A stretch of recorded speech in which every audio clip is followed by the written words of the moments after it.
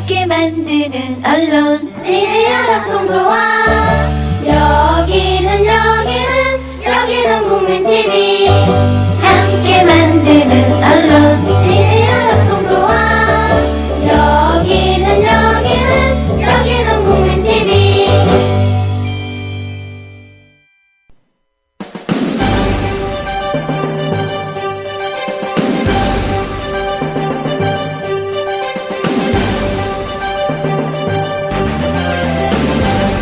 정치평론가 이강윤의 오늘.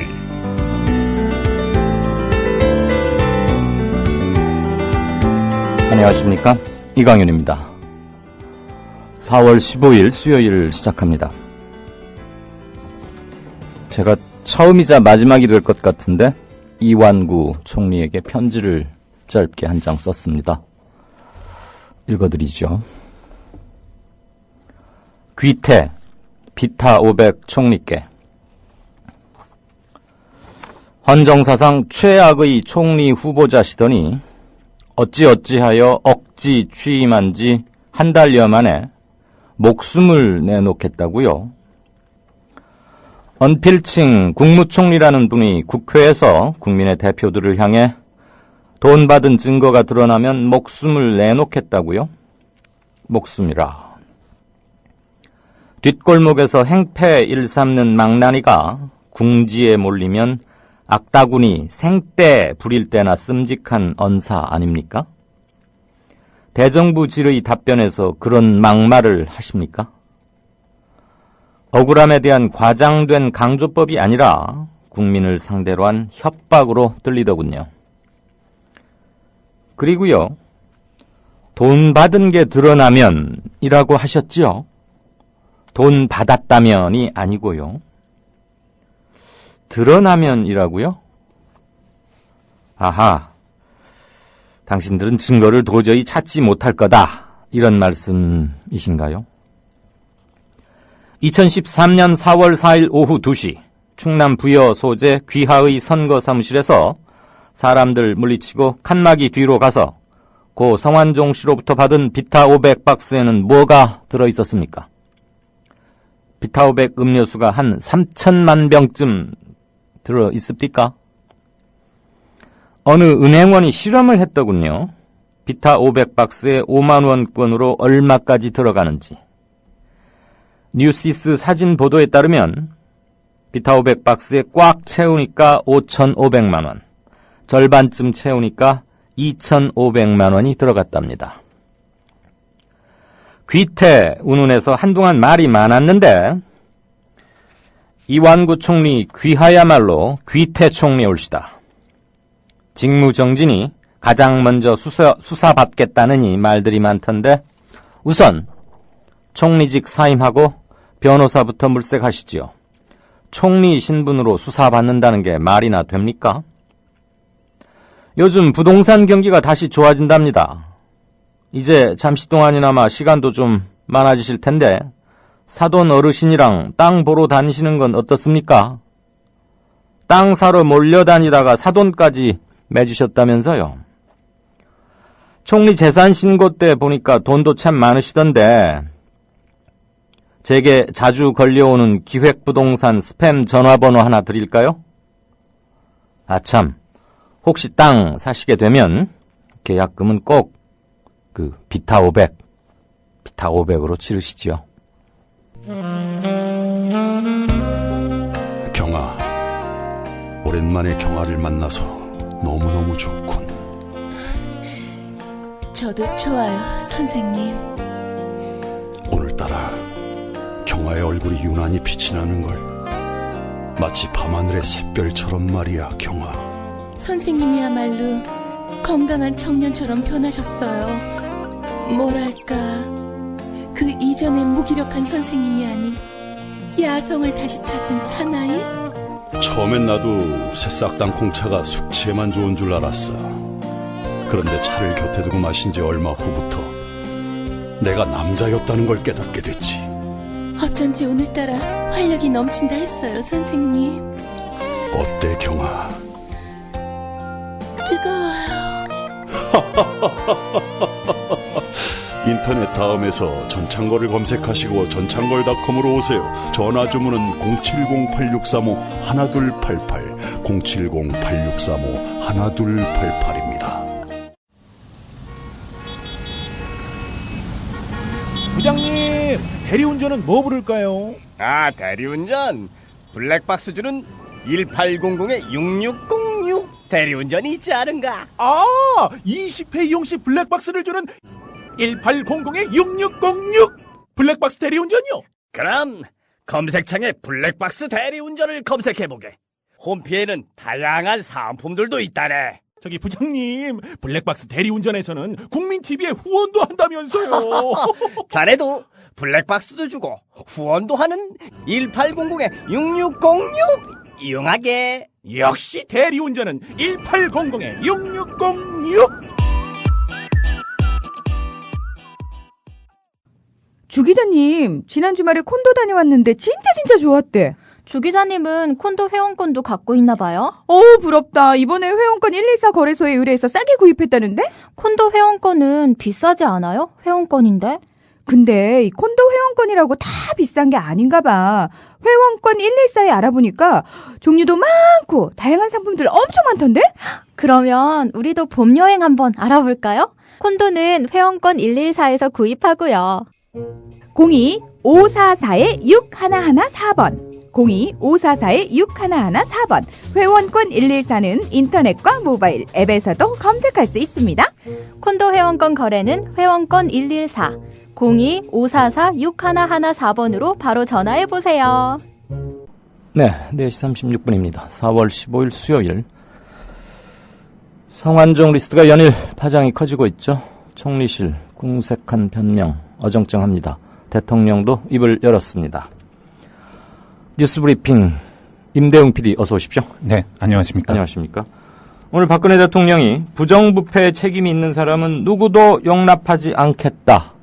성완종 리스트 관련 얘기죠? 네, 박 대통령은 오늘 세월호 일주기 관련 현안 점검 회의에서 성완종 리스트 파문과 관련해 국민도 그런 사람은 용서하지 않을 것이라면서 이런 뜻을 밝혔습니다. 박 대통령은 이번 수사 과정에서 새로운 의혹이 제기됐는데 이 문제는 정치개혁 차원에서 반드시 바로 잡고 넘어가야 할 일이라면서 이번 기회에 우리 정치에서 과거부터 현재까지 문제가 있는 부분은 정치개혁 차원에서 완전히 밝힐 필요가 있다 생각한다고 강조했습니다. 박 대통령의 이런 발언은 하루가 다르게 불어나는 성완종 리스트 관련 파문과 의혹에 정면 대응함으로써 더 이상의 여론 악화를 막아보겠다는 뜻으로 풀이됩니다. 네. 새로운 의혹이 제기됐는데 정치개혁 차원에서 바로잡고 넘어가겠다. 지금 자기를 떠받들던 사람들이 다 줄줄이 걸려있는 거 아닙니까? 친박계. 근데 이런 사람들 뭐 이렇게 뜨뜻미지근한 얘기를 하나 모르겠어요. 자, 이완구 국무총리가 2013년 4월 4일 고 성완종 전 경남기업 회장으로부터 3천만 원을 독대해서 전달받았다는 의혹에 대해서 그런 일 없다. 정식으로 부인하고 나섰어요? 네, 그렇습니다. 이 총리는 오늘 국회 대정부질문 참석 직전 기자들을 만나 2013년 4월 4일은 후보 등록하는 첫날인데 2시 30분에 제가 등록을 했다면서 2시부터 3시 30분까지 제가 도지사 시절 추진한 충남도청 준공식이 있었다고 주장했습니다. 이 총리는 그러면서 부여 사무소로 돌아갔는데 등록 첫날이기 때문에 수십 명의 기자들과 수많은 분들이 40-50평 남짓한 사무실에서 저를 기다리고 있었다면서 그래서 첫날 의미 있는 날이라 인사하고 그런 사실은 있다고 말했습니다. 하지만 이 총리는 자신이 성 전 회장과 독대했다는 의혹에 대해 기자분들이 저를 첫날 인터뷰하려고 수십 명이 오셔서 그건 정황으로 볼 때 맞지 않는 일이라고 반박했습니다. 이 총리는 이어 신문을 보니 성 전 회장과의 만남을 20여 차례로 말씀하시는데 의원회관이나 밖에서 덜어 만난 그런 것이 있다고 인정하면서도 성완종 전 회장과 같은 국회의원 신분으로 만난 것이다. 순수한 개인적 문제 가지고 얘기할 그런 속내를 털어놓는 관계는 아니었다고 주장했습니다. 네. 그런데 이 총리가 원내대표를 할 기간과 성완종 의원이 이제 선거법 위반으로 의원직을 상실하거든요. 상실하기 전까지 의원직을 유지하고 있을 때 겹치는 시간은 불과 47일밖에 안 됩니다. 그러니까 뭐 원내대표로서 소속 의원을 자주 만났다 이거는 얘기가 안 되죠. 무슨 원내대표가 소속 의원을 뭐 67번씩 47일 동안 그렇게 자주 만나고 그렇지 않습니다. 원내대표 아주 일정이 바쁘고 빡빡하고 웬만한 초선 의원들은 원내대표 잘 만나지도 못해요. 거짓말을 해도 말이죠. 무슨 뻔히 잘 알면서 잘 모른다는 둥, 안 친하다는 둥. 참 사람이. 자, 새정치민주연합 정청래 최고위원.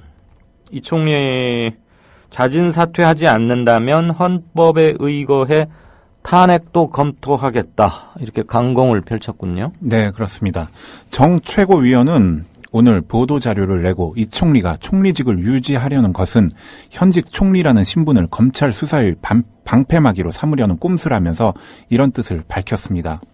정 최고위원은 이 총리의 국회 대정부 질문 답변을 둘러싸고 거짓말 논란이 제기된 데 대해 국회에서의 거짓말은 명백한 위증이라면서 위증죄로 무거운 처벌을 받기 전에 자백하고 자진 사퇴하는 게 스스로를 위해서나 국민을 위해서나 최선의 방안이 될 것이라고 말했습니다. 정 최고위원은 이어 이 총리가 국회 대정부 질문에서 거짓말한 게 입증이 되면 이는 위증죄에 해당되는 만큼 법률적으로 충분히 탄핵 사유가 될 수 있다고 주장했습니다. 현행 헌법 65조는 국무총리 등이 헌법이나 법률을 위배할 때 국회는 탄핵 소추를 의결할 수 있도록 규정합니다. 소추는 제적의원 3분의 1 이상의 발의가 있어야 하며 탄핵 의결 정족수는 제적 과반수입니다. 네. 국무총리 탄핵은 제적의원 3분의 1 그리고 제적 과반수 찬성이면 탄핵이 의결되는군요.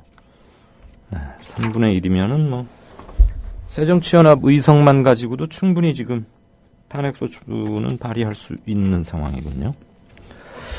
자, 불난집이죠. 김무성 새누리당 대표 성완종 리스트 관련해서 검찰 수사로도 국민적 의혹이 해소되지 않는다면 새누리당이 먼저 나서서 특검 요구하겠다. 미리 지금 요즘 말로 뭐 쉴드 치는 겁니까? 네, 김 대표는 오늘 국회에서 열린 당내 회의에서 국민이 요구한다면 특검을 피할 이유가 전혀 없고 피할 이유도 없다면서 이렇게 말했습니다. 김 대표는 그러면서 대한민국 검찰은 명운을 걸고 빠른 시일 내에 성완종 리스트 관련 의혹을 철저히 수사하고 국민 앞에 진실을 밝혀주기 바란다고 당부했습니다. 김 대표의 이런 발언은 어제 긴급 최고위원회의에서 논란 끝에 선 검찰 수사 후 특검 기조를 재확인한 겁니다.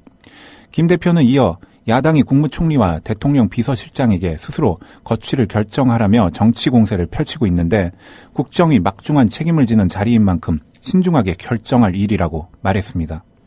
예, 그러자 문재인 새정치민주연합 대표 법치를 무시한 오만한 발상이다 이렇게 쏘아붙였죠. 네, 그렇습니다.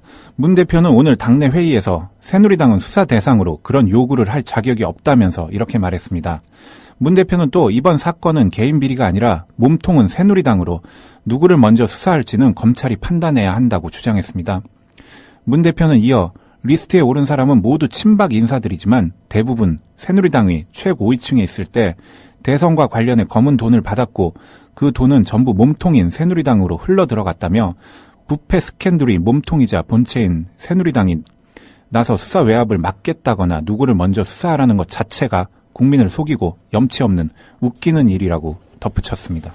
네, 모처럼 아주 언사가 상당히 수위가 셌습니다. 성완종 리스트에 연루된 홍준표 경남지사가 뭐 좀 고분고분해졌습니까? 검찰이 정하는 대로 따라가겠다. 이렇게 말했다고요? 네, 그렇습니다. 홍 지사는 오늘 출근길에 기자들을 만나 검찰 수사에 적극 협조하겠다며 이런 뜻을 밝혔습니다. 홍 지사는 여기서 내가 무슨 이야기를 해본들, 밖에서 이랬다 저랬다 얘기해본들 국민이 믿겠나? 통상 정치인들이 다 그렇게 하지 않느냐면서 검찰 수사에서 다 나타날 일이라고 말했습니다.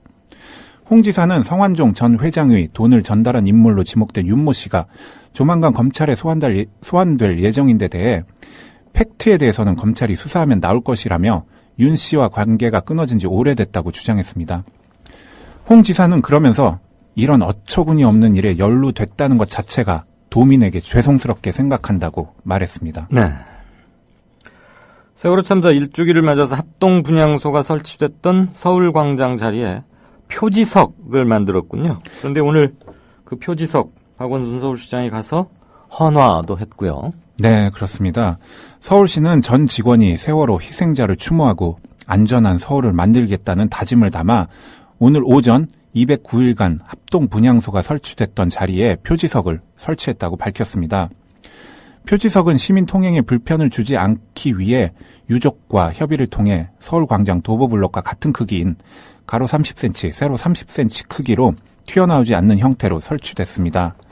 표지석은 분향소 운영기관과 분향 인원 등을 기록한 검은색 대리석과 세월호를 상징하는 배 이미지를 담은 황색 동판으로 구성됐습니다.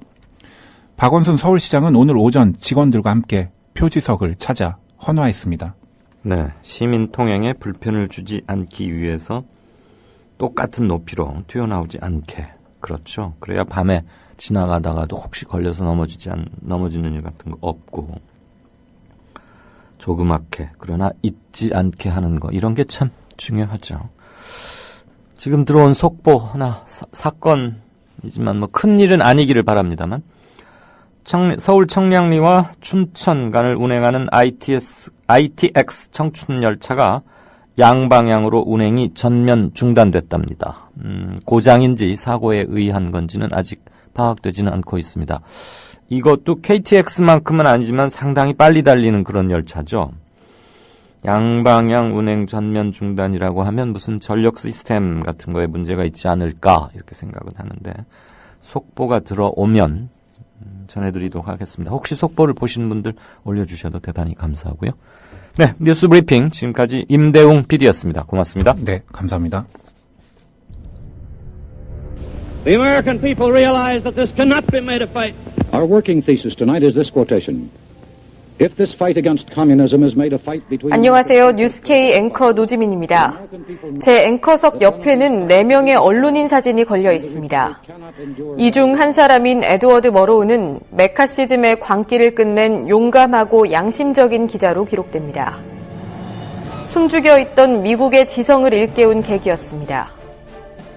어느 누구는 뉴스 앵커가 특정한 주장을 펼치는 것이 점잖지 못하다고 지적합니다.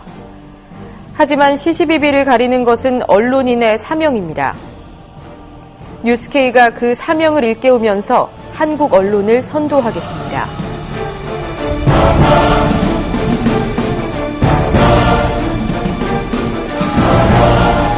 공정보도라는 미명에 몸을 숨긴 기계적 중립. 품위 품격이란 미명에 존재를 감춘 엘리트주의. 뉴스K는 하나하나 혁파해 가고 있습니다. 오늘 저녁 7시 당신의 진실한 전달자 뉴스K 많은 시청 바랍니다. 자, 이완구 참 그 직함을 뭐라고 붙여야 할지. 총리 청문회 앞두고 정말 몇 번을 말을 했습니까? 그리고 하루하루 뉴스를 진행하다 보면 너무나 어이가 없어졌었죠. 청취자분들 여러분들께서도요. 말이 다 꼬이네. 그러더니 기어이 참 이렇군요. 자, 경제 뉴스 살펴보죠. 오진근 헤어룸 자산 컨설팅 대표 나와 있습니다. 안녕하십니까? 안녕하십니까? 내일이 세월호 참사 1주기인데 꼭 연관되는 건 아니지만 어쨌거나 산업 현장에서의 사망, 산업재해 이런 것도 참 중요한 문제죠. 지난 10년간 최악의 그 희생이 많았던 기업으로 청해진 해운, 이게 지금 세월호 선사 아닙니까? 예, 그렇습니다. 청해진 해운, 그 다음에 삼성전자, 현대건설 이런 순이군요? 네, 그렇습니다. 민주노총과 한국노총으로 구성된 산재사망 대책 공동 캠페인단은 세월호 참사 1주기를 맞아서 세월호 참사 국민대책회의와 함께 지난 10년간 최악의 시민 살인기업과 최악의 노동자 살인기업을 조사해서 발표했습니다. 이 조사에 따르면 세월호 참사를 일으킨 청해진 해운이 지난 10년간 최악의 시민 살인기업으로 선정됐고, 삼성전자가 최악의 노동자 살인기업으로 선정되었습니다. 그리고 가장 많은 산재 사망자를 낸 기업은 현대건설로 이렇게 집계되는데요. 청해진 해운 같은 경우에는 70%의 표를 받았고, 노후된 선박과 과적, 안전교육 미시행, 운항 중 위험신호 무시, 사고 후 미조치 등 엄청난 잘못을 저질렀으면서도 선장과 선원에게만 책임을 떠넘기는 파렴치한 기업으로 평가되었습니다. 그리고 이외에 최악의 살인 기업으로는 현대건설인데 10년간 110명의 그 노동자가 사망했고 제조업 부문에서 현대중공업이 74명이 사망했습니다. 이외에도 대우건설이 102명 사망, GS건설이 101명 사망, 우정사업본부가 75명, 우체국이죠. 75명 사망. 이렇게 됐고요. 그 또 하나 그 최악의 시민 살인 기업 2위는 옥시 레킷 벤키즈라는 업체인데 네. 가습기 살균으로 많이 사망했습니다. 아. 네, 정부 인정으로 57명이 사망했고 피해자들은 지금 140명이 사망했다고 보고 있고요. 그 소송이 아주 복잡하게 진행되던데 피해자가 굉장히 컸군요. 네, 그렇습니다. 그리고 또 하나 주목해야 될 것이 국내 최대 기업인 삼성전자인데요. 삼성전자는 지난 10년간 21명의 산재를 인정을 했는데 실제 그 반도체 노동자 인권 지킴인 그 반올림에 따르면은 200건 이상이 산재를 신청한 상황입니다. 예. 살인 기업이라고 하니까 듣기는 참 그렇습니다. 예. 자, 스마트폰 사용자가 우리 국민들 지금 1인 1개를 초과했다는 거 아닙니까? 근데 이 SNS 활용도를 봤더니 1위가 카카오 스토리, 그리고 2위가 페이스북이라고요? 예, 그렇습니다. 한국 얘기죠, 물론 이거는. 예, 그렇습니다. 네네. 그 한국 리서치의 TGI 트렌드 리포트를 보면은 작년에 SNS 가운데 가장 많이 사용된 것이 카카오 스토리인데 52%이고요. 그리고 2위가 페이스북으로 29%, 3위가 4050에서 가장 좋아하는 밴드가 24% 차지했습니다. 그리고 블로그도 11%, 그리고 애호하시는 분이 많은 트위터가 8%로 5위를 차지했습니다. 네. 그런데 특징할 만한 것은 30, 40대는 카카오 스토리와 밴드 등 폐쇄형 SNS를 좋아하는 반면에 10대와 20대는 페이스북과 트위터 등 개방형 SNS를 선호한 상황입니다. 그리고 특히 여성들은 카카오 스토리를 선호했고 다른 그 SNS에는 남성들이 선호하는 상황입니다. 그리고 SNS 한 달 이용률도 2011년도에는 40%에 불과했는데 작년에는 71%로 대폭 올라온 상황입니다. 와, 그러면 퍼센트 포인트로 따지자면 거의 2배 가까이 늘었다는 얘기 아닙니까? 예, 그렇습니다. 40에서 70이니까? 예, 스마트폰 사용자 가운데 뭐 3분 가운데 2분 이상은 사용하고 있습니다. 어마어마하군요. 그런데 한국에서는 어쨌거나 카카오 스토리, 카스라고들 줄여 말한다면서요. 예. 그다음에 페이스북, 그다음에 네이버 밴드. 트위터는 의외로 참 약하군요. 한국에서는 블로그보다도 뒤지네요. 예, 근데 트위터는 이제 1인 신문 또는 1인 언론이라고 할 수 있기 때문에 애호하시는 분들은 굉장히 애호하는 상황이고 아예 사용하지 않는 분들은 많지만 사실 애호하시는 분들은 굉장히 열심히 사용하는 상황이죠. 그건 다른 것도 비슷합니다. 페이스북이나 카카오 스토리나 하는 사람 다 열심히 하죠. 예.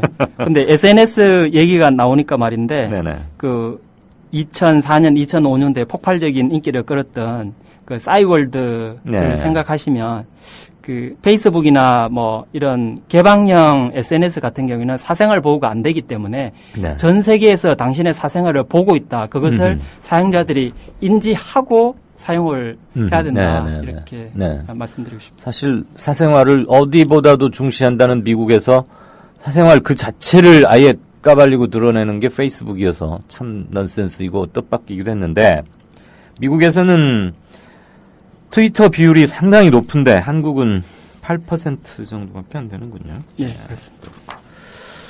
3월달 지난달 취업자 수 증가폭이 근 2년 만에 최저라고요.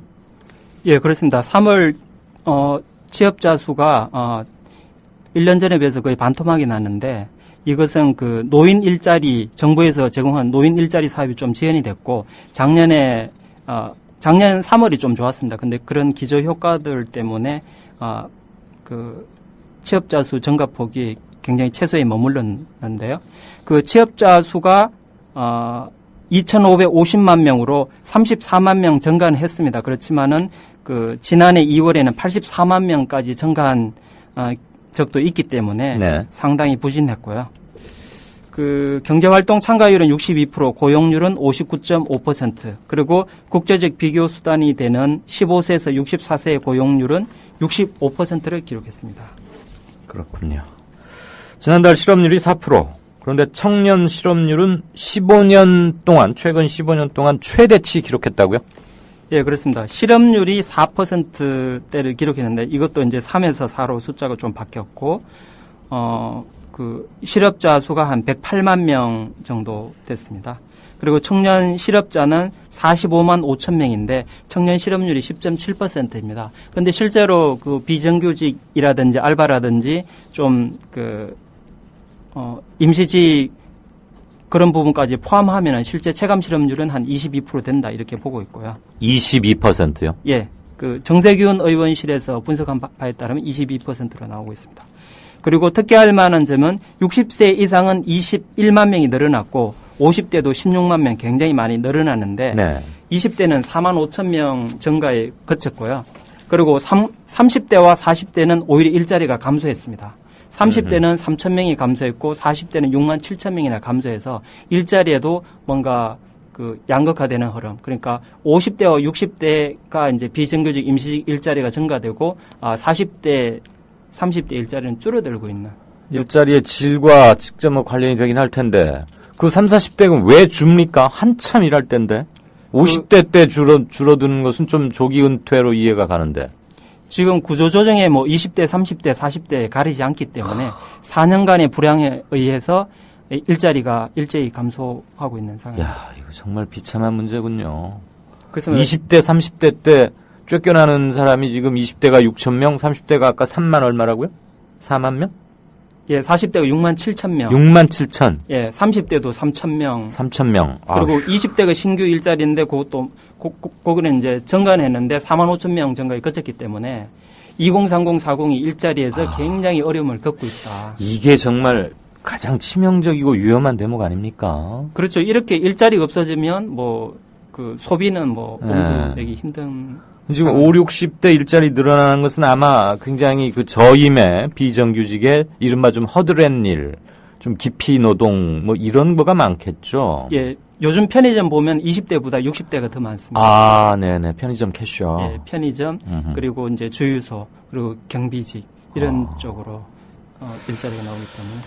참, 큰일입니다. 이러는데 무슨 성완종 리스트에 보면은 누구 3억, 누구 7억, 안 받았네, 내 받은 게 드러나면, 증거가 나오면 목숨을 버리겠다, 이런 소리 나고 있고, 총리가 말이죠. 자, 다음 뉴스 보죠. 올 들어서 4조 원의 외국인 매수세로 코스피가 3년 8개월 만에 2,100을 깨고 올라섰습니까? 와, 그러면 대단한 건데 앞으로도 좀 상승 여력이 있어 보여요? 예, 그렇습니다. 이 3년 8개월 만에 2,100을 돌파했는데요.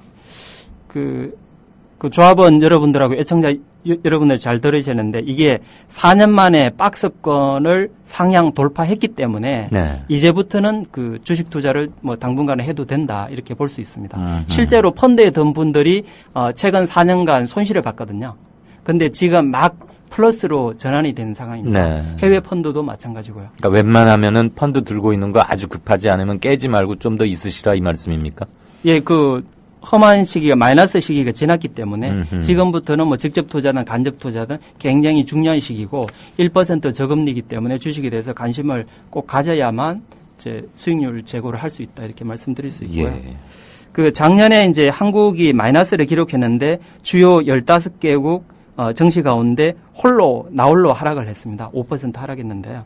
그런데 올해는 주요 15개국 가운데 9번째 상승률로 지금 괜찮은 상황이고 더군다나 주요한 15개국 가운데 13개국이 사상 최고치를 경신하고 있습니다. 그래서 글로벌하게 미국 제외하고는 굉장히 좋은 상황이기 때문에 이 부분에 대해서 주목하실 것을 말씀드리고요. 국내 이제 매수 주체는 외국인입니다. 2월 달부터 순매수로 전환해서 지금 4조 원 이상 매수를 했는데 전 업종을 매수하고 있기 때문에 이것도 중요한 시그널이라고 보고 있습니다. 네. 그러면 향후 상승 요인은 뭐고 어떤 종목, 어떤 업종 이런 게 좀 유망합니까? 예, 일단 크게 상승 요인부터 먼저 보시면 세 가지인데 풍부한 글로벌 유동성, 배당 확대, 그리고 수출 기업 중심으로 이익 증가입니다. 첫 번째로 풍부한 유동성은 유럽의 양적 완화와 일본의 양적 완화가 있는데 이런 부분에서 이제 유럽에서 한 1,400조 원, 일본이 연간 한 800조 원 정도 양적 완화를 하고 있기 때문에 이런 부분들이 글로벌 정시의 유동성을 공급하고 있고 또 G2라고 하는 중국에서도 금리 인하와 지준율 인하 등 유동성을 공급하고 있기 때문에 이런 면은 호재라고 보고 있고요. 두 번째는 지금 현 정부에서 이제 배당금을 늘리는 주주 친화 정책을 권장하고 있기 때문에 배당이 다소 증가하고 있습니다. 그래서 한국 정시의 배당이 1.1%밖에 안 되는데 지금은 1.5% 수준으로 점점 올라가고 있는 상황이어서 이것도 긍정적이고 또 제일 중요한 기업 이익 관점에서 3저 효과가 있습니다. 저유가, 저금리, 저원화 가치 이런 세 가지 3저 효과가 있어서 기업 이익이 증가되고 있고 기업 실적이 턴어라운드 되는 상황이기 때문에 좋은 상황이고요.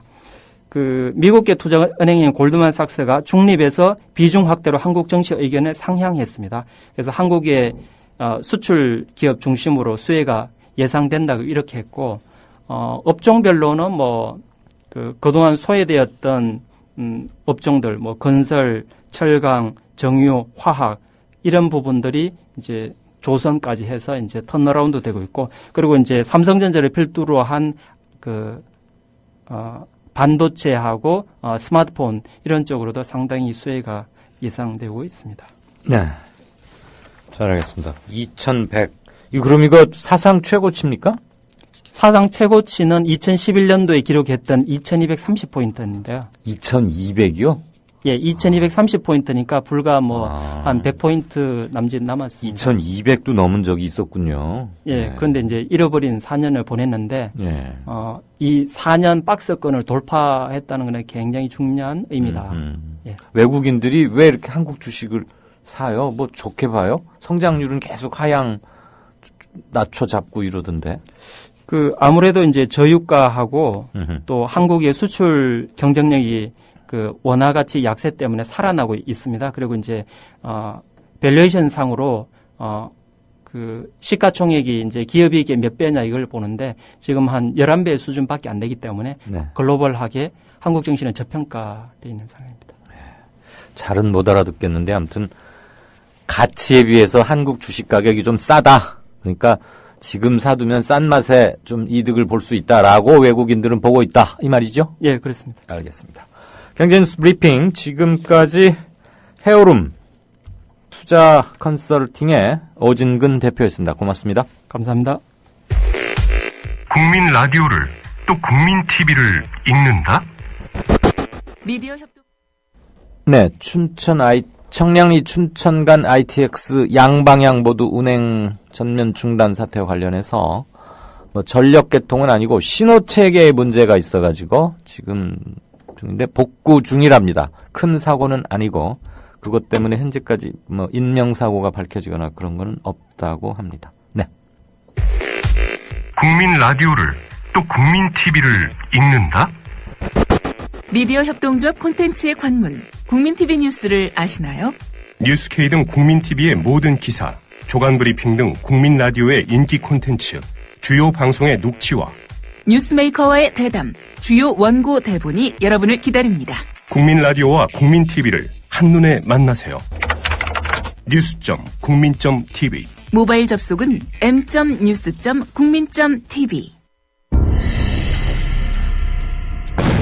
조선일보가 일제에 벌이는 거룩한 전쟁에 참여하라고 해서 내 학도병으로 지원했다가 죽을 뻔했다우. 6.25 때 조선일보가 국군이 연전연승하고 있다고 해서 넋놓고 있었죠.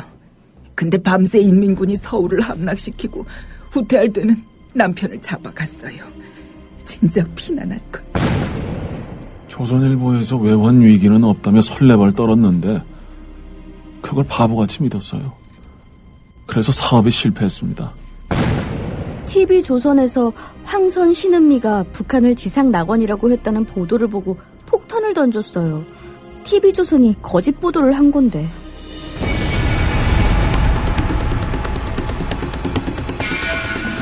이런 조선일보가 여전히 신문시장 1위를 독점하고 있습니다. 조선일보 같은 족벌신문, 수구 기득권 세력의 대변 매체에 집중된 언론 권력을 시민에게 돌려주자는 운동. 이게 바로 미디어 협동조합 운동입니다. 조합원이 아니신가요? 서둘러 가입해주세요. 조합원이신데 조합비를 아직 못 내고 계신가요? 서둘러 자동납부 신청을 해주세요. 인터넷 국민.tv 또는 서울전화 3144-0933, 3144-7737로 하시면 됩니다. 네, 5시 5분입니다. 게시판 좀 읽고 뉴스 행간하고 진짜 인터뷰, 그 다음에 정가 산책 순서로 하겠는데요. 오늘 진짜 인터뷰는 좀 특별한 인물을 모셨습니다. 공개는 하지 않겠습니다. 계속 들어주시죠. 맛있는 치킨님. 그러나 전국이 불난 호떡집처럼 난리판인 것 같은데 과연 국민라디오 애청자들의 바람대로 사건이 처리될 수 있을까요? 하면서 아주 길게 써주셨는데 친박인지 천박인지 메모에 등장한 인물들을 모두 감옥에 넣는다면 저는 친박이 되고 싶네요.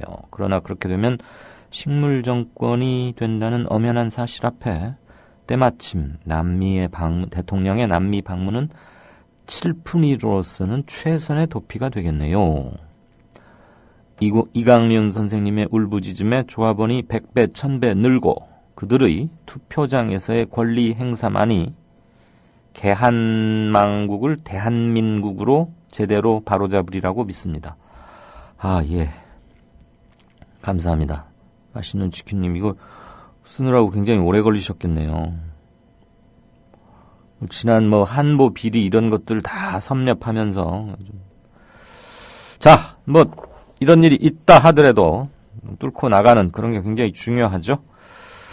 어느 때보다도 깨어있는 시민, 그리고 야권, 4.16 이런 것들 분위기를 묶어서 처지기 쉬운데 오히려 분위기 반전해야 될 것 같습니다. 동이파파님은 풍자의 대가시군요. 요즘 돌아가는 거 보면 정홍원 전 국무총리는 정말 대단한 분이시다. 이명박 씨는 천운을 타고난 인간이다. MB가 책임져야 할 거가 이대로 넘어갈 수 없지요. 네.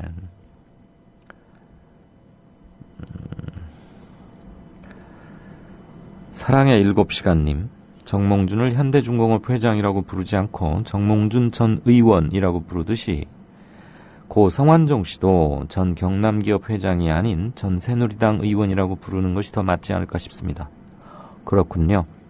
네, 일개 건설업자 출신이긴 하지만 분명히 새누리당 공천을 받아서 국회의원 당선이 됐다가 선거법 위반으로 의원직을 잃게 된 사람이고 정치권에 몸을 깊숙이 담아왔죠. 돈이건 지역감정을 이용하건 뭐든 등등 해서요. 제가 이 관련해서 내일자 미디어 오늘에 성완종 씨가 의인이라고?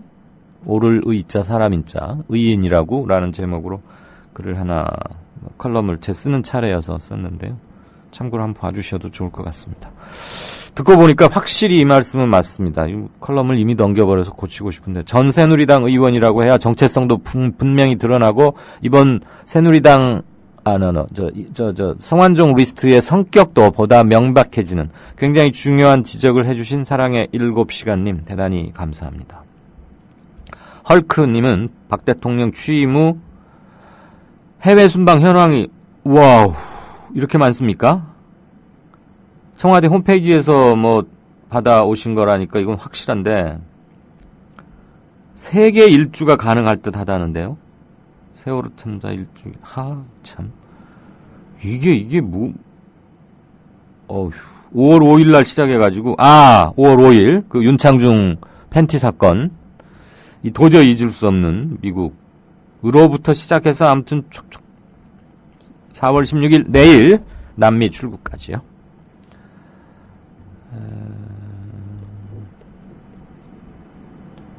노태우도 전두환을 유배시켰는데 박근혜는 이명박은 털끝도 못 건드리는 것 같다. 전두환 오른팔이었던 노태우도 국민 여론 때문에 전두환을 유배까지 시켰는데 박근혜는 도대체 이건 뭐 이명박 털끝도 못 건드리고 현 정권이 전 정권의 소나귀에 놀아나는 것 같다. 답답하다라고 푸른 하늘님이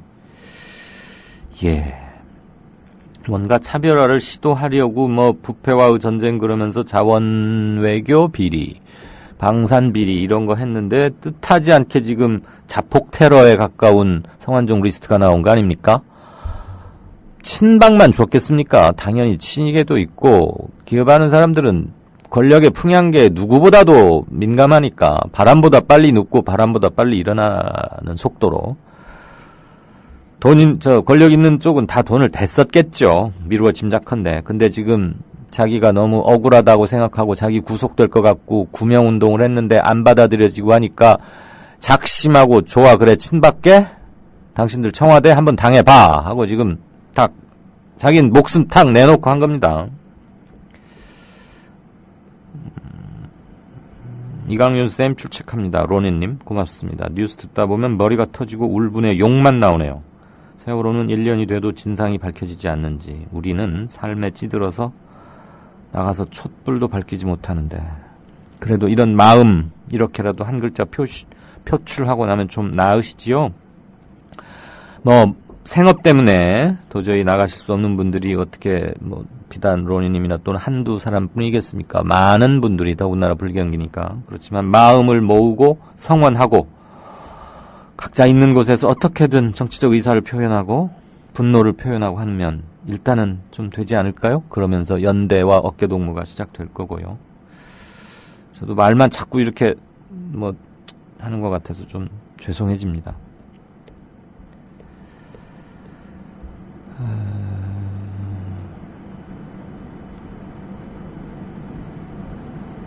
박근혜 대통령이 내일 팽목항을 전격적으로 방문해서 선체 인양을 발표하고 남미로 출국한다는 설이 지금 파다하게 퍼지고 있습니다. 뭐 청와대 기자들한테 엠바고를 걸었다 이런 얘기도 있는데 엠바고를 이 정도의 사안을 엠바고를 요청하지 않겠죠. 한다면 내일 아침 하겠지. 지금 뭐 이렇게 퍼지지 않고 그럴 가능성은 저는 충분히 있다고 봅니다. 어차피 안산은 어제 유경근 4.16 가족협의회 집행위원장과 저와의 인터뷰에서도 여러분 들으셨죠. 안산에서 하려던 2시의 정부 합동분향소에서의 공식 추모식은 취소한다. 대통령이 공식적인 입장을 밝히는 것을 다시 한번 재촉구한다. 그리고 가족들 어제 팽목항으로 많이 내려갔더라고요. 팽목항은 이제 상징이기도 하고 하니까 그리고 이제 오후 저녁 6시, 7시부터 서울과 각지에서 벌려질 문화행사 이런 건 예정대로 하는데 그러니까 아마 대통령은 어차피 안산 취소됐고 하니까 갈 마음도 별로 없었는데 팽목항에 가서 그걸 선언하고 광주공항에서 보통은 성남공항에서 대통령 전용공항이죠. 서울공항 성남에 있죠. 근데 광주공항에서 출국한다. 지금 이런 얘기가 돌고 있습니다. 뭐 어디를 가든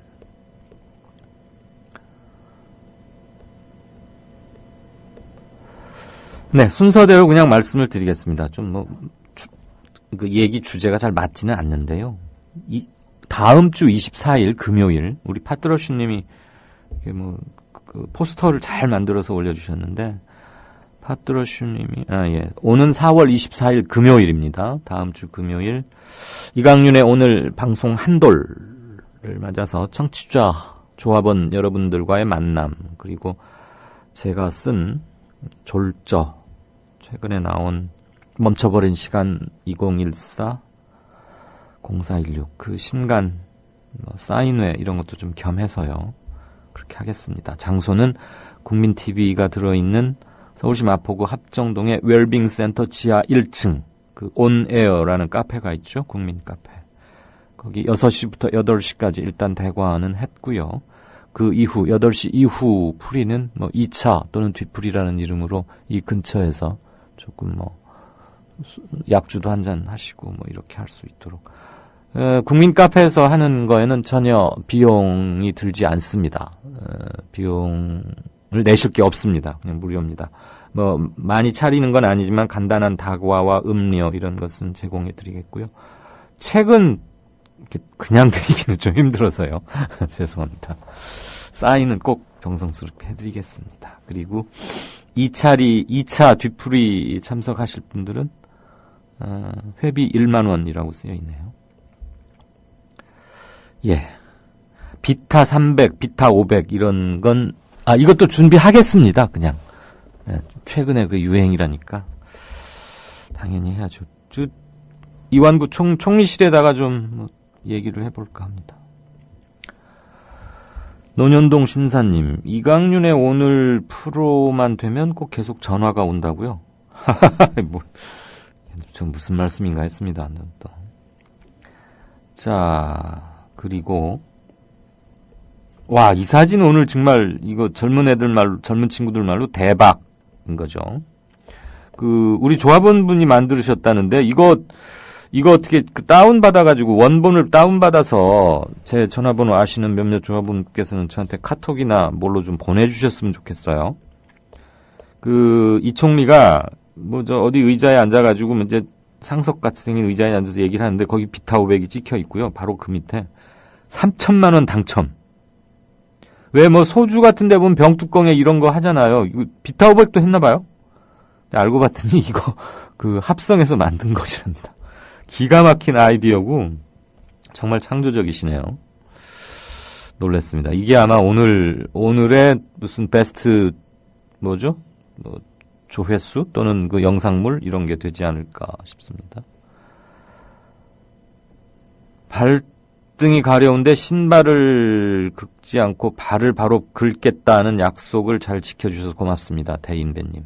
제가 고맙습니다. 오늘 이완구 총리한테 제가 좀 편지에서 좀 많이 좀 그렇게 했죠? 네, 하도 얄밉고 화가 나서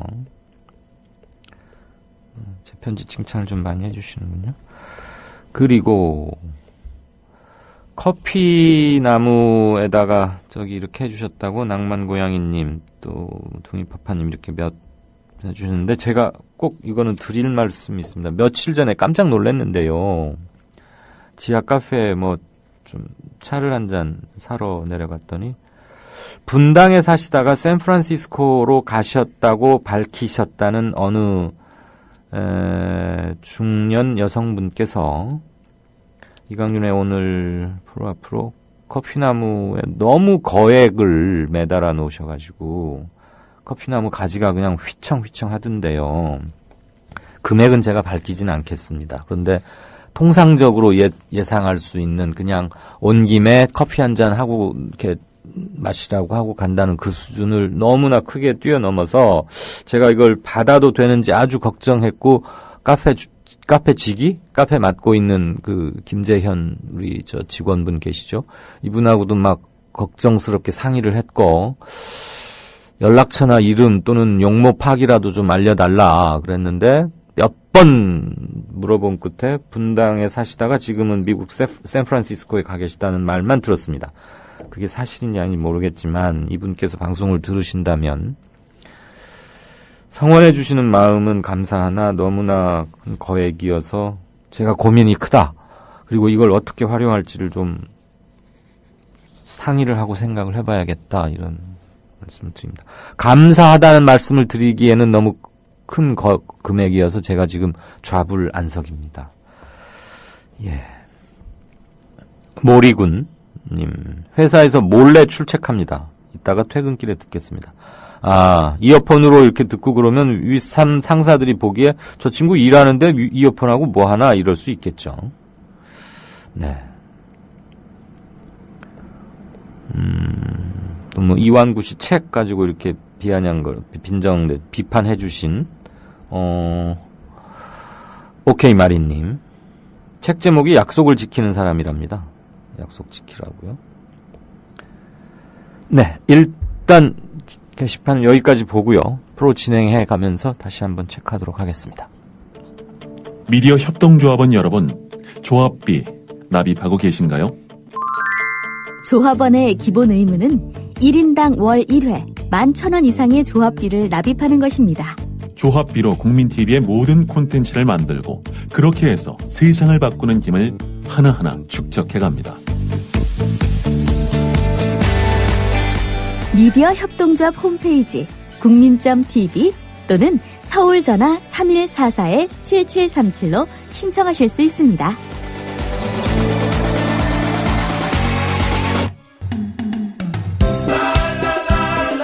국민TV 조합원인감? 나가지 있게 지역협의회에 가입해야 쓰겠어. 국민TV 조합원이요? 지역협의회에 가입해야죠. 국민TV 조합원 맞나? 막 퍼뜩 지역협의회에 가입해 안 카나? 국민TV 조합원에 가입하고 조합비를 내고 국민라디오와 국민TV를 시청한다고 조합원으로서의 만족이 전부냐? 결코 아닙니다. 가까운 지역협의회에 가입하셔서 가까이 사는 조합원과 동지애를 나누십시오.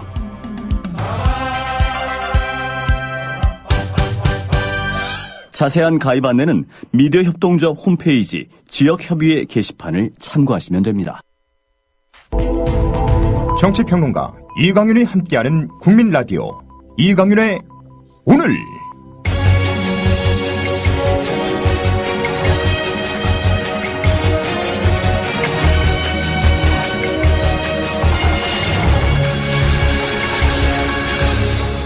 이강윤의 예리한 시각.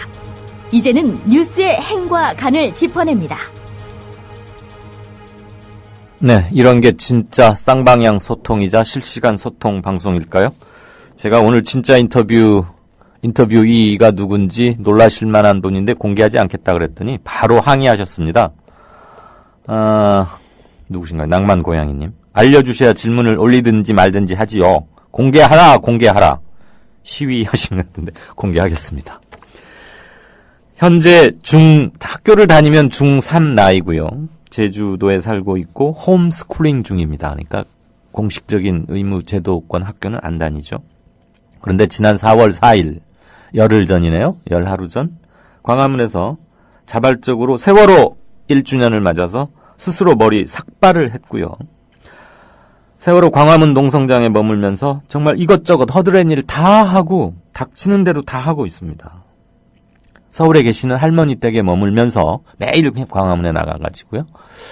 아주 해맑고 그래서 누구냐 좀 이렇게 이제 이름은 묻고 그래서 제가 전화번호는 알게 됐고 오늘 우리 김효진 PD를 통해서 좀 더 상세한 접촉을 하자 그리고 인터뷰를 하자 그래서 하게 됐습니다.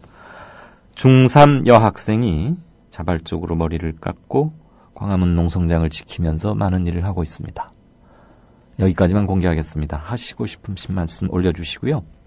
4월 24일 날 열겠다고 조금 전에 말씀드린 이강윤의 오늘 청취자 조합원 만남 그리고 제 졸저 신간의 사인회 도서 판매 이것은 6시부터 시작을 합니다. 그리고 일단 6시부터 8시까지는 국민 카페에 있고 그 이후는 바로 인근에 적당한 집으로 안내 공지가 될 겁니다. 글이 옮길 거니까 혹시 오시겠다면 조금 늦게 오시더라도 합류하는 데는 전혀 문제가 없고 저는 끝까지 자리를 지키면서 마지막 오시는 분에게까지 정중하게 인사 물론 드리겠습니다.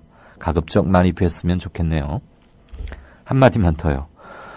굉장히 거액을 주셨다 그래서 걱정이라고 그랬더니 그 커피 다 드실 때까지 국민TV에 계시면 만사 해결이라는데 그 돈만큼 커피 마셨다간 저는 완전히 브라질리안처럼 얼굴이랑 치아가 다 새까맣게 될 것 같은데요.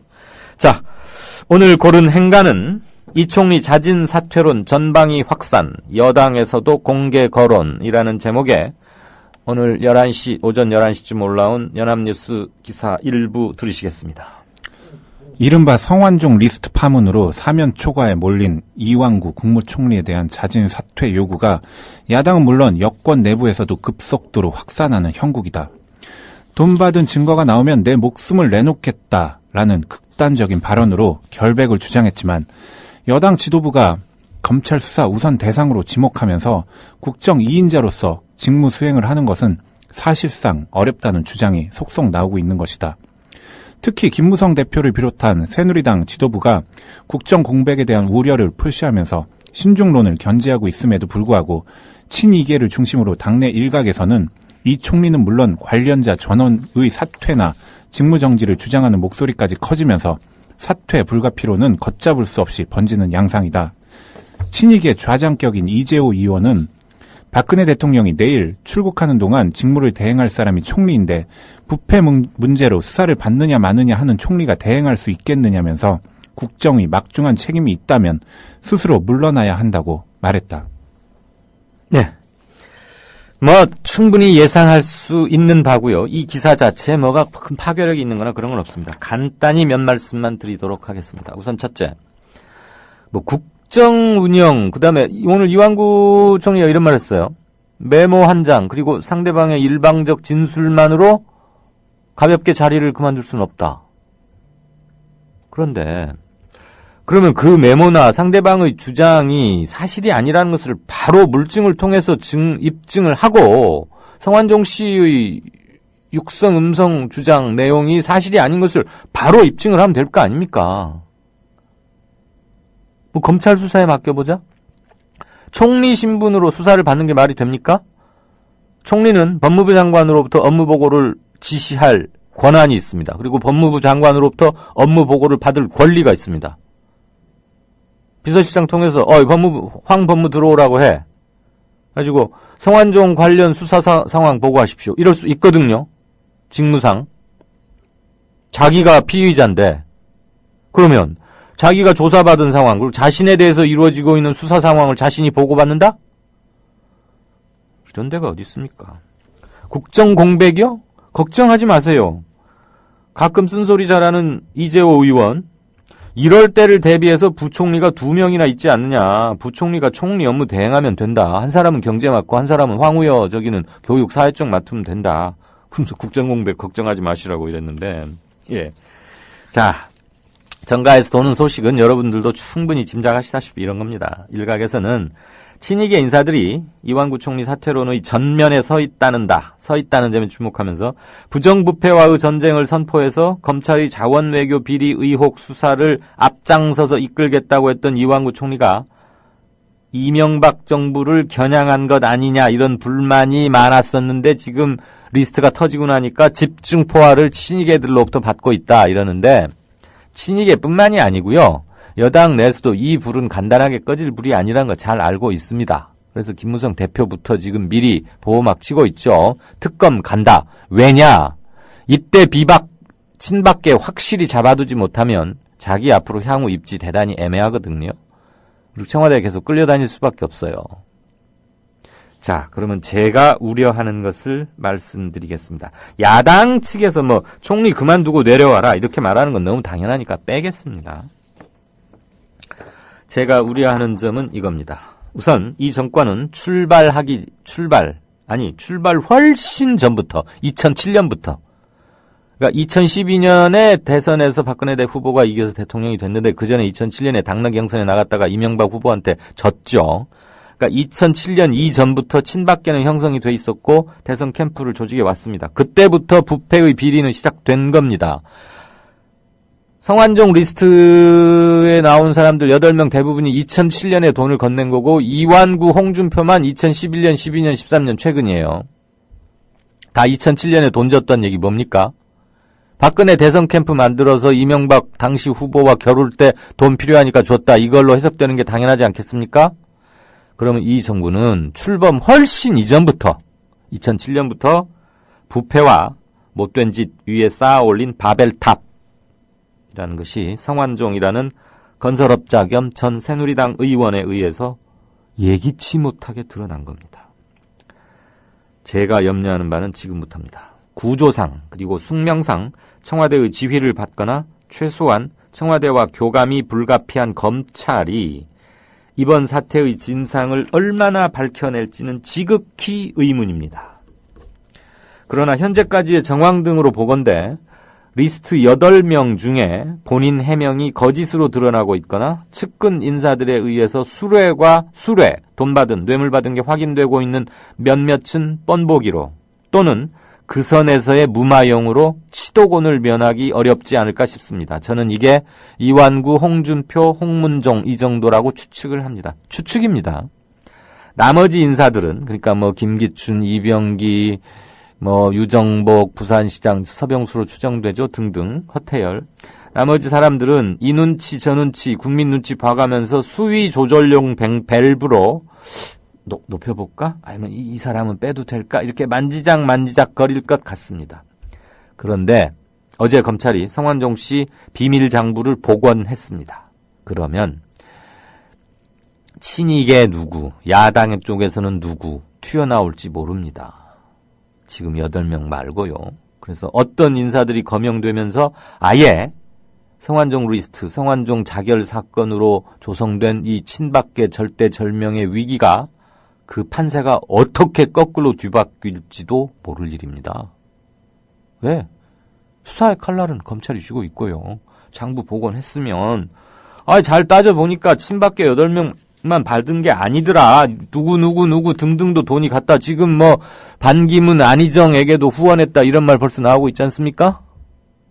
자, 이러면은 골라가면서 카드를 만질 수 있다라는 거거든요. 그래서 이거는 잘못 만지면 어디로 튈지 모르는 럭비공 같은 화약입니다. 폭탄입니다. 그런데 문제는 저는 이 지점에 있다고 봅니다. 이른바 국민 여론 눈치 보아가면서 수위 조절 밸브를 살살살 만지면서 자, 누구 선까지 이렇게 마무리하려는 순간 그 수위 조절 밸브는 파열되고 수문은 수압의 물 압력에 깨져나갈 것입니다. 제가 그렇게 추측하는 근거는 박지만 이지그룹 회장, 박정희 전 대통령의 외아들이자 현 대통령의 남동생이죠. 저축은행이가 무슨 사건으로 구설에 올랐을 때처럼 동생이 아니라잖아요. 안 받았다잖아요. 그 한마디로 뭉개고 뭉쳐버리지 않았습니까? 그렇게 하고 가기에는 이번 리스트에 거명된 사람들의 면면이나 사안의 파장이 너무 큽니다. 대통령은 자신을 정점으로 하는 친박계 핵심이자 현 정권 주축이 대거 연루된 이번 스캔들을 대표해서 속죄하는 자세로 임해야 합니다. 그리고 일단 성완종 리스트에 나와 있는 사람 중에서 현직에 있는 사람은 무조건 즉각적으로 삭탈 관직시키는 게 맞습니다. 전직들은 조용히 수사받으면 되고요. 한국 현대 정치사에서 3월부터 6월까지는 용광로이자 활화산입니다. 때로는 무덤이기도 했다는 것 기억해야 합니다. 3.15 부정선거와 4.19 혁명, 5.18 이런 것들 다 3월부터 6월, 초봄부터 초여름 사이에 벌어진 일들입니다. 적당히 수위 조절 밸브 왔다 갔다 만지려다가는 댐 자체가 터질 겁니다. 왜냐하면 이것은 내부, 권부 핵심 내부에서 자기 균열과 분열과 대립이 생기고 그 끝에 우발적으로 터진 자살 폭탄 테러이기 때문에 그렇습니다. 외적 요인이 아니라 내부에서 폭탄이 터진 거기 때문에 지금 이걸 수습할 정신이 하나도 없죠. 친박계와 비박계 모두 다 상황 보면서. 자, 그런데 대통령은 중남미의 순방을 떠난답니다. 이 와중에 4.16과 이 성완종 폭탄을 놔두고 말이죠. 배포 한번 대단합니다. 이강윤의 뉴스 행간이었습니다. 하나만 물어볼게요. 우리 육실종자 가족인데요. 지금 완전히 잠겨서 수색 작업 안 되는 거예요. 시신 올라온 것도 없어요. 국민라디오 세월호 참사 1주기 특집 방송 잊지 않을게 끝까지. 미디어 협동조합 국민라디오는 오는 4월 16일 그렇게 295명이 세상을 떠나고 9명이 아직 발견되지 못한 전대미문의 세월호 참사 1주기를 맞아 11시간 특별 생방송 잊지 않을게 끝까지를 보내드립니다. 아침 7시부터 저녁 6시까지 전라남도 진도 팽목항 임시 스튜디오에서 보내드리는 이 방송은 조합원 애청자 여러분과 함께 미원의 상태인 세월호 참사의 진실규명 한 목소리로 요구할 것입니다. 국민라디오 세월호 참사 1주기 특집 방송 잊지 않을게 끝까지. 여러분의 많은 애청 바랍니다. 이 프로그램은 미디어 협동조합 광주지역협의회와 함께합니다.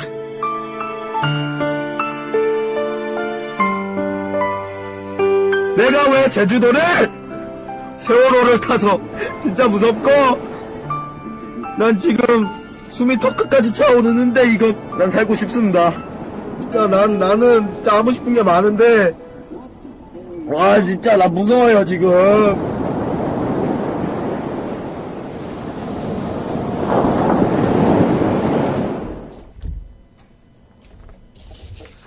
네, 5시 35분 막 되고 있습니다.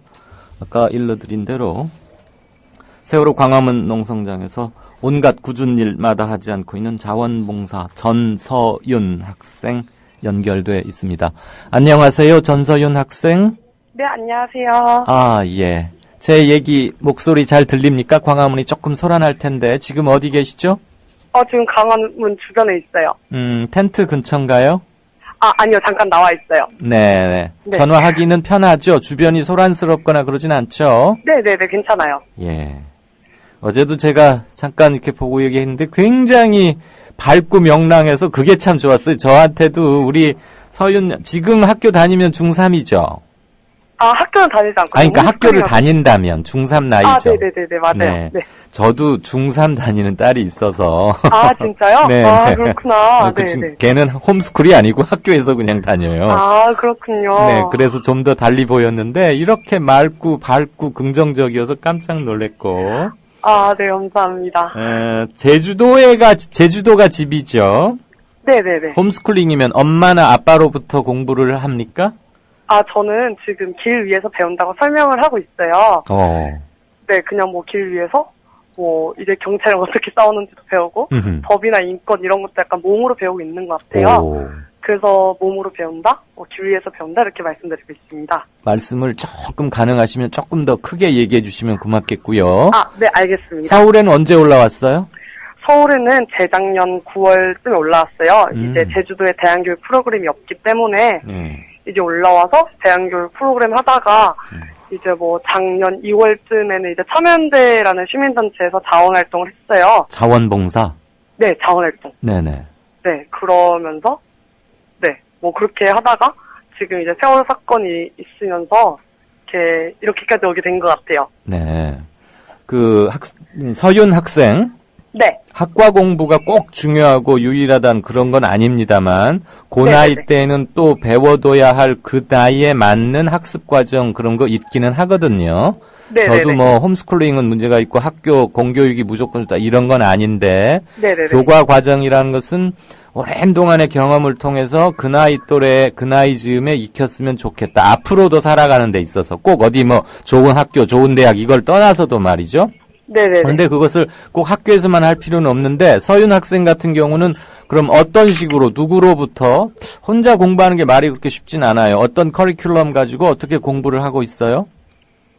저는 지금 대한민국에서 흔히 말하는 공부는 하지 않고 있어요. 학습 공부는 안 하고 사회 공부를 먼저 한다. 네네네. 네. 그래서 이제 요번 5월 말쯤에는 제주도에 내려가 봐야 되는데, 그때 이제 내려가서 검정고시도 준비하고, 그 외에 다른, 제가 이제 시민운동을 하면서, 느꼈던 게 제가 되게 무지하다는 거였어요. 그래서 이제 법이나 민주주의, 인권, 평화 이런 것 좀 공부해보고 싶어서, 그럴 계획이 있어요. 네. 그럼 이제 그건 학교에 진학을 해서 상급 학교에? 네. 그러니까. 상급 학교는 아직 갈 생각이 없는 것 같아요. 검정고시를 한다는 얘기는 상급 학교에 가려고 하는 거 아니에요? 그건 아니고요. 그냥 검정고시를 따서 그냥 고졸까지만 따려고 하는 거예요. 네네네. 고졸 자격만 갖추기 위해서? 네네. 그러면 제주에 계시는 엄마나 아빠 또는 서울 지금 할머님 댁에 머물고 있다고 들었는데, 엄마, 아빠 또는 할머니께서는 우리 서윤 학생이 이렇게 가서 자원봉사도 하고 또 얼마 전에는 세월호 가족들과 함께 삭발도 하고 이렇게 거리에서 사회를 공부하고 있는 것에 대해서 혹시 걱정을 하거나 또는 무슨 부탁을 하거나 그런 건 없으셨나요? 이제 엄마, 아빠가 원래 경상도 분이에요. 그래서 이제 약간 진보도 아니고 보수도 아닌 그런 분들이었는데, 제가 시민운동을 하면서 이제 약간 시력이 조금 약간 바뀌게 된 것 같아요. 네. 근데 아빠는 아직 약간 뭐 되지도 않는 게임 왜 하냐 약간 이런 뭐라고요? 잘 안 들렸어요. 네, 되지도 않는 게임 왜 하냐는 약간 그런 어투가 있어요. 아직까지도. 아하. 네. 뭐 근데 그런 거 말고는 약간 엄마 아빠가 약간 해탈을 하셔가지고. 해탈. 네, 저한테 해탈하셔가지고 저는 약간 부처라고 부르거든요. 네. 그래서 이제 뭐 그냥 해탈하신 분들이에요. 네. 네. 되지도 않는 게임인데 왜 하느냐는 아빠의 질문 겸 말씀에 우리 서윤 학생은 뭐라고 답했나요? 저는 일단 그게 저에 대한 예의가 아니라고 생각했어요. 왜냐면 아빠는 경상도 사람이고 그런 거 이런 시민운동 한 번도 해보지도 않았는데. 네. 그런 식으로 얘기하는 거는 저에 대한 예의가 아닌 거라고 저는 개인적으로 생각을 했고, 이렇게 말씀을 드렸고, 네. 그리고 꽃을 꺾을 수는 있어도 봄이 오는 것을 막을 수는 없다고 저는 생각해요. 와, 멋지네요. 네, 그래서 저는 그런 식으로 말씀을 드렸어요, 아빠한테. 꽃을 꺾을 수는 있어도 봄이 오는 것을 막을 수는 없다? 네. 닭의 목을 비틀어도 뭐 새벽은 온다, 뭐 그렇게 말했던 김영삼 씨가 생각나는데, 그 중3이면 한참 사춘기고 자기 외모에 관심도 많고 할 텐데, 네. 머리를 자른다는 게 쉬워 보이진 않았어요. 저도 지금 사진 보고 있는데, 네. 치아 교정 중이구나. 아주 또랑또랑 예쁘게 생겼는데, 머리 깎고도 이렇게 되니까 두상이 참 예쁘네. 근데 머리 깎을 때 어땠어요? 그냥 그게 막 별 느낌 안 들었어요. 그 당시에는 이제 제일 처음에 머리를 묶었어요. 머리가 좀 길어서. 네. 머리를 묶고, 머리가 너무 기니까 바로 바르경을 밀긴 그래서 머리를 이제 한번 잘랐어요, 가위로. 네. 근데 그때 딱 자를 때는 별 생각 없었는데, 자르고 나서 이제 완전 짧아졌잖아요, 머리가. 네. 그때 이제, 머리가 진짜 짧아졌구나, 이러면서, 이제 되돌릴 수가 없네, 이렇게 생각하면서, 네. 어쩔 수 없구나, 라는 생각이 먼저 들었던 것 같아요. 혹시 누구하고 삭발하겠다고 상의하거나 그랬습니까? 아직 엄마, 아빠는 아직도 모르고요. 네, 할머니, 할아버지도 아직도 모르고요. 아니, 집에는 할머니 집에 매일 들어가지 않아요? 보면 아실 거 아니에요? 제가 이제 광화문에 있는 언니한테 후드티를 받았어요. 예. 그래서 잘 때도 후드티 입고 자고, 들어갈 때도 후드티 입고 가요. 그래서 아직까지는 모르시는 것 같아요. 아이, 세상에. 자, 지금 광화문 농성장에서 아주 오랫동안 자원봉사를 하고 있는데 가장 기억에 남는 일 또는 가장 마음에 아팠던 일 이런 거 하나 떠오르는 거 있나요? 저는 이제 광화문 세월호 농성장 말고 저는 이제 작년 5월에 시민사회단체연대 회의라는 곳에서 이제 세월호 관련해서 애도와 성찰의 벽이라는 그 추모 행사를 진행했어요, 시청광장에서. 네. 근데 그때 이제 5월에 황금 연휴가 있었는데 그때 어떤 남학생이 옷을 다 까만 색깔을 입고 뭐 이제 편지를 쓸 수 있어요. 편지를 쓰는데 그때 이제 그 남학생이 편지를 쓰는데 이제 희생자 언니 이름을 쓰면서 이제 편지를 썼어요. 그때 그게 되게 인상이 깊어서 그 편지 내용을 그 어머님한테 보여드렸거든요. 그래서 이제 보여드렸는데 그 이후로도 계속 저는 막 어머님이랑 친해지고 싶어서 막 연락도 하고 뭐 어머님 어디 계신다고 하면 막 보러 가고 막 안산 가겠다고 되게 많이 앵겼거든요. 근데 어머님이 이제 언니가 희생된 거니까 저를 보면은 언니 생각이 되게 많이 났던 것 같아요. 그래서 약간 저와 좀 거리를 두자고 아직은 힘들다고 이렇게 말씀을 하셨어요. 그런데 뭐 얼마 전에 이제 어머님이 기자회견 때문에 오셨는데 어머님이 항상 제가 먼저 어머니 찾아갔는데 어머님이 저한테 오신 거예요. 안산으로 내려가기 전에. 그래서 그게 되게 기억에 남았던 것 같아요. 어머니 먼저 찾아오신 거 저한테. 그랬군요. 우리 서윤 양의 정성과 마음이 당연히 통한 거겠죠. 길거리에서 배우는 세상 이런 거 굉장히 소중하고 맞습니다. 실은 학교에서 배우는 것보다 더 중요하고 더 많은 것을 배울 수 있는 건 확실하고요. 그렇지만 이른바 학습 과정이라는 게 학교 교과서 과정이라는 게 꼭 영어 수학 몇 점 이것을 떠나서라도 인류가 여지껏 축적한 지식들이 거기에 많이 농축이 돼 있고 그것도 일부 그 지식도 섭취할 필요는 분명히 있거든요. 그래서 네네. 길거리에서 세상을 통해서 배운 지식과 네. 물려져 내온 축적된 지식을 잘 융합시키는 게 참 중요할 나이인 것 같은데 아까 네. 고등학교 졸업 자격증을 따기 위해서 검정고시 공부를 하겠다 그러면은 제주에 가서 이제 학원 같은 데를 좀 다닐 생각인가요? 근데 검정고시는 되게 쉽게 딸 수 있다고 저는 들었어요. 그래요? 그래서 한 3주만 진짜 벼락치기로 공부하면 네. 진짜 멍청하지 않은 이상 딸 수 있다 해서 제가 그렇게 막 멍청하다고 생각 안 해서 네. 그래서 공부해서 일단 중졸 따고 그 다음에 고졸을 따려고 생각 중이에요. 그러니까 효율적으로 지식과 학습, 그러니까 지금 친구들은 네. 학교에서 배우는 것을 압축적으로 모아놓은 그런 학습 과정을 집중적으로 3-4주, 한 네. 달쯤 해서 중학교, 고등학교 검정고시 졸업 자격증은 따겠다 이거죠. 네. 네. 아무튼 말이에요.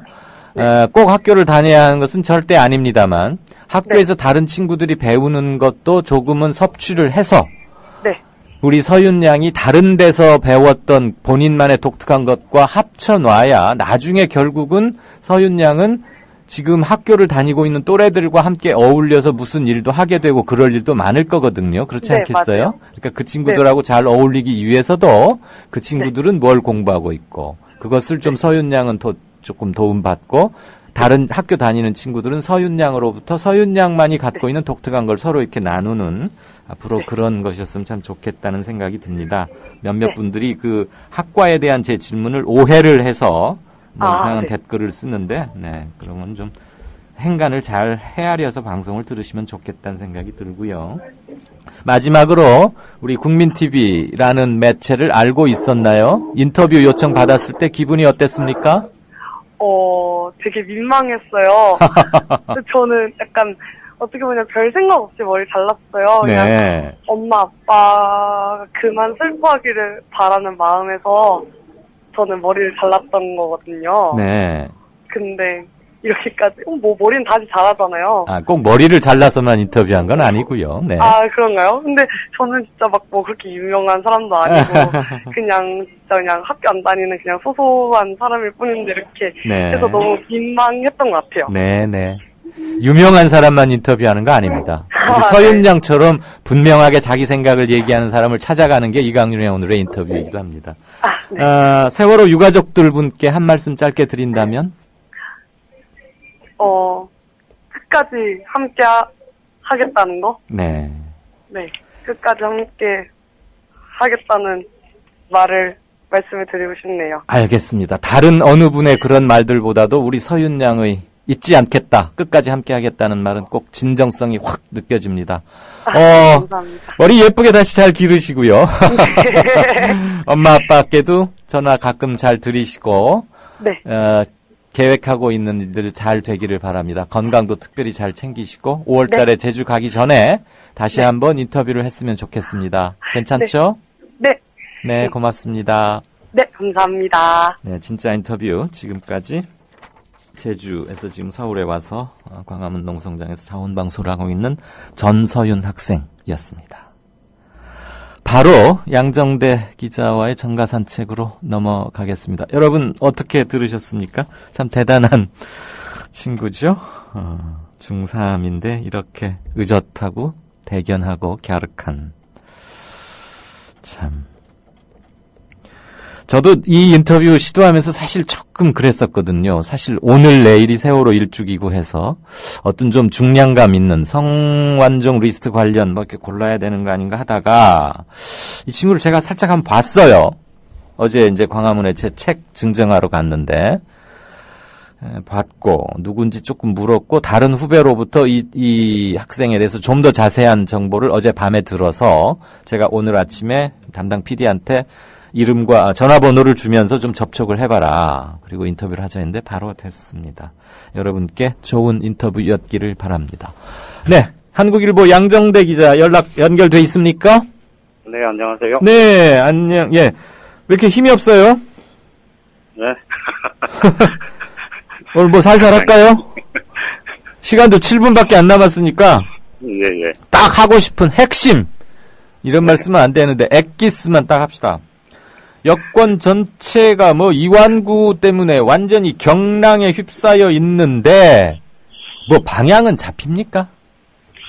글쎄요, 아직 그 방향이 잡혔다 이렇게 말씀드리기는 좀 이른 감이 있는데 네. 그렇더라도 사실상 지금 시점에 문제가 됐다.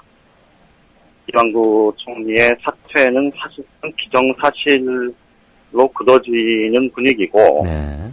그 시점에 대한 판단이 이제 남은 상태 아닌가 뭐 그렇게 보여집니다.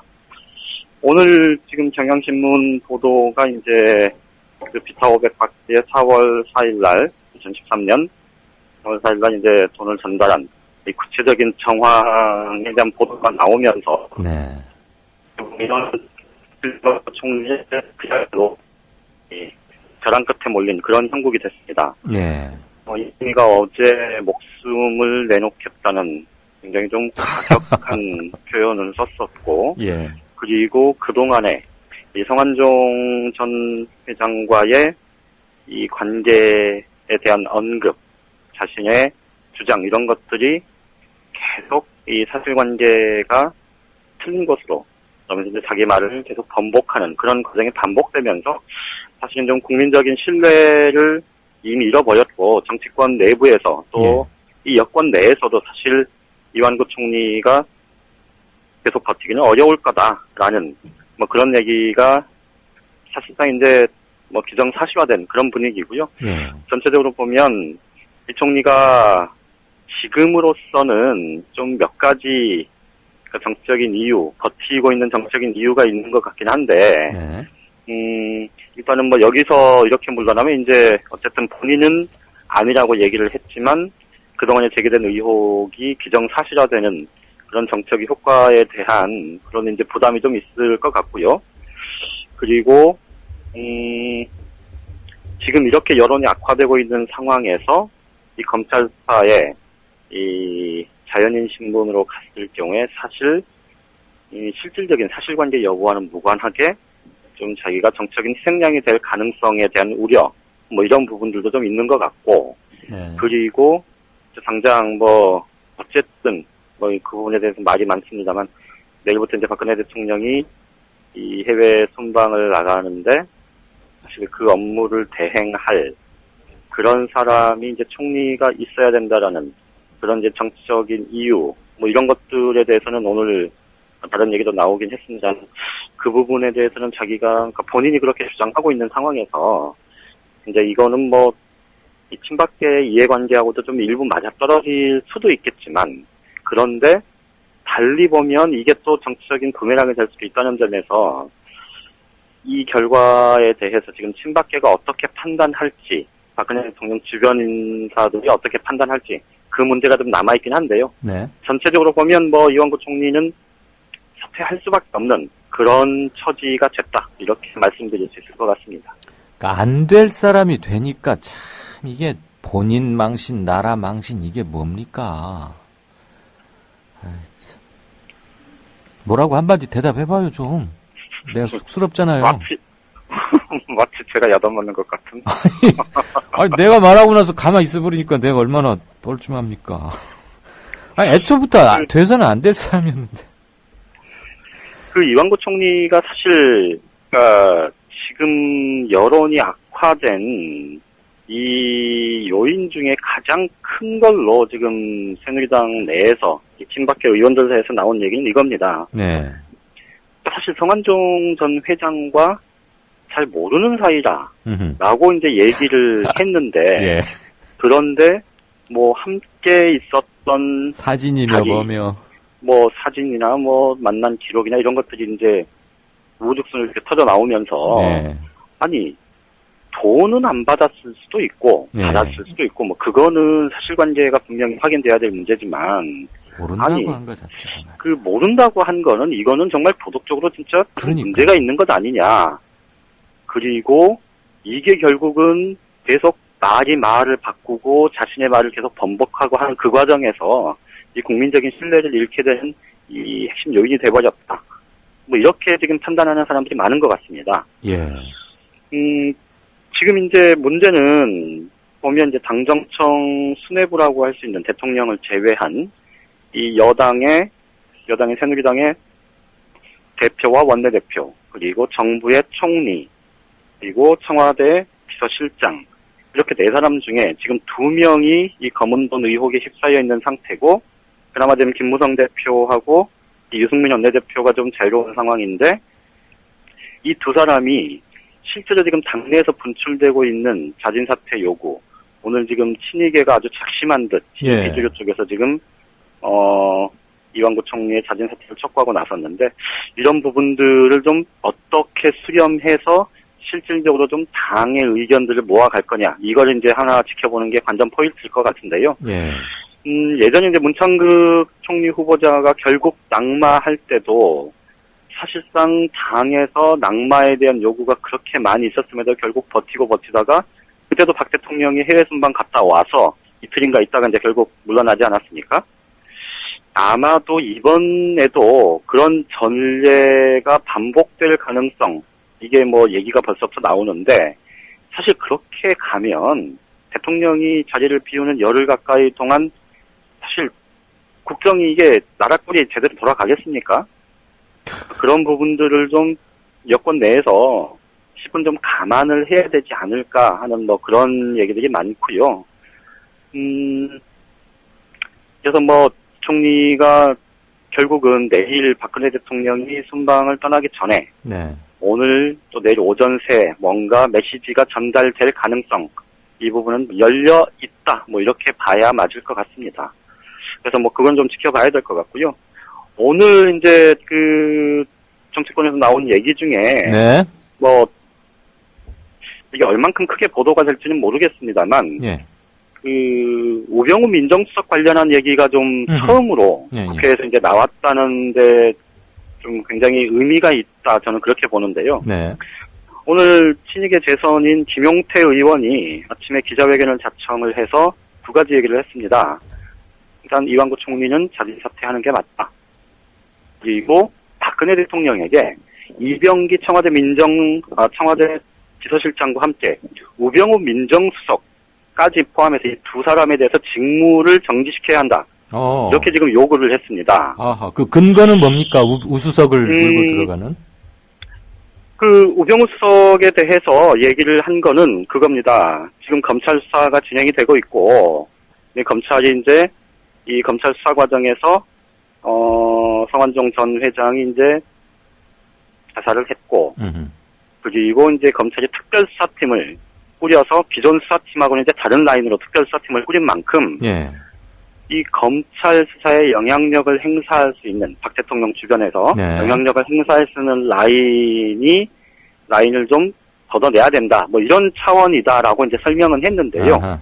그래서 이제 청와대 비서실장인 이병기 실장은 이제 뭐 일단 검은돈 의혹에 휩싸인 당사자이기도 하고. 양 기자, 우리 30초 정도밖에 안 남았습니다. 감안해 주세요. 네네네.